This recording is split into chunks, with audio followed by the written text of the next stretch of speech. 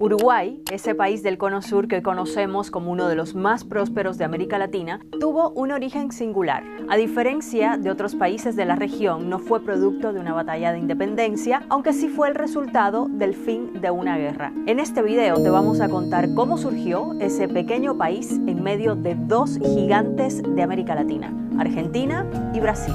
Para comenzar a hablar del origen de Uruguay, tenemos que pensar en una manzana de la discordia y remontarnos a la primera mitad del siglo XIX. América Latina vivía el estallido independentista que comenzó en 1809 y en el sur de América, en mayo de 1810, comenzaba la Revolución del Río de la Plata, que marcaría el fin del poder colonial en esa región. Era una época de límites muy ambiguos y lo que serían futuras naciones o países estaban aún por definirse.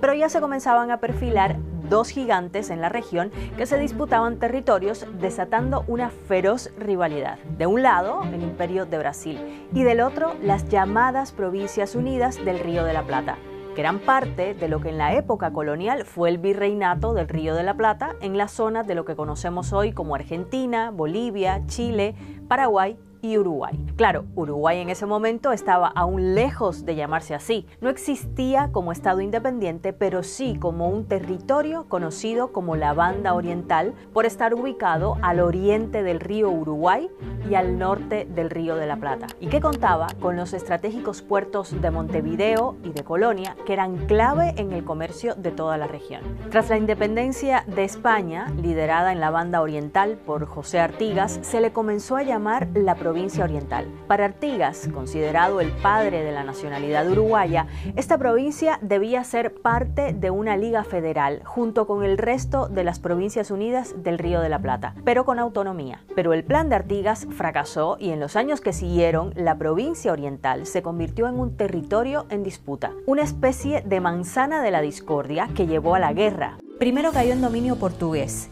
y luego de Brasil, que terminó enfrentado a las Provincias Unidas del Río de la Plata, que también las reclamaban.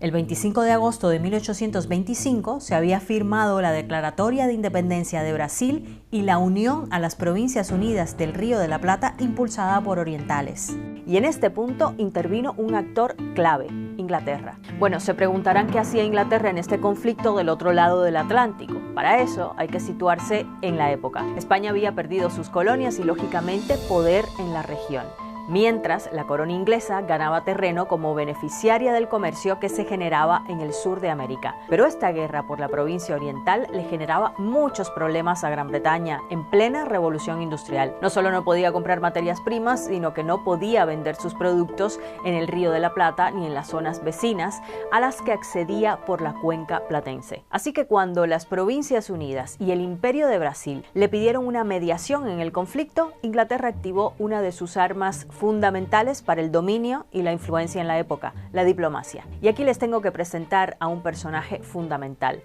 Lord John Ponsonby, un irlandés representante de la corona británica que se convirtió en uno de los protagonistas de la negociación. Luego de varias propuestas fallidas de acuerdo, Ponsonby comienza a convencer a Inglaterra de que para poner fin a la discordia, la provincia oriental podría convertirse en un estado independiente. En varias cartas enviadas a Londres, resalta el espíritu independiente de los orientales y su capacidad para llevar adelante un proyecto de nación. Así, en agosto de 1828, como parte de la llamada Convención Preliminar de Paz, se declara la independencia de la Provincia Oriental. Pero curiosamente, en la reunión hubo representantes de las Provincias Unidas, también de Brasil, y diplomáticos ingleses, pero no orientales. Y esta es una de las razones fundamentales por las que este episodio ha sido cuestionado a lo largo de la historia. Hay algunas versiones que han llegado a decir que la provincia oriental, que hoy conocemos como Uruguay, fue una invención inglesa.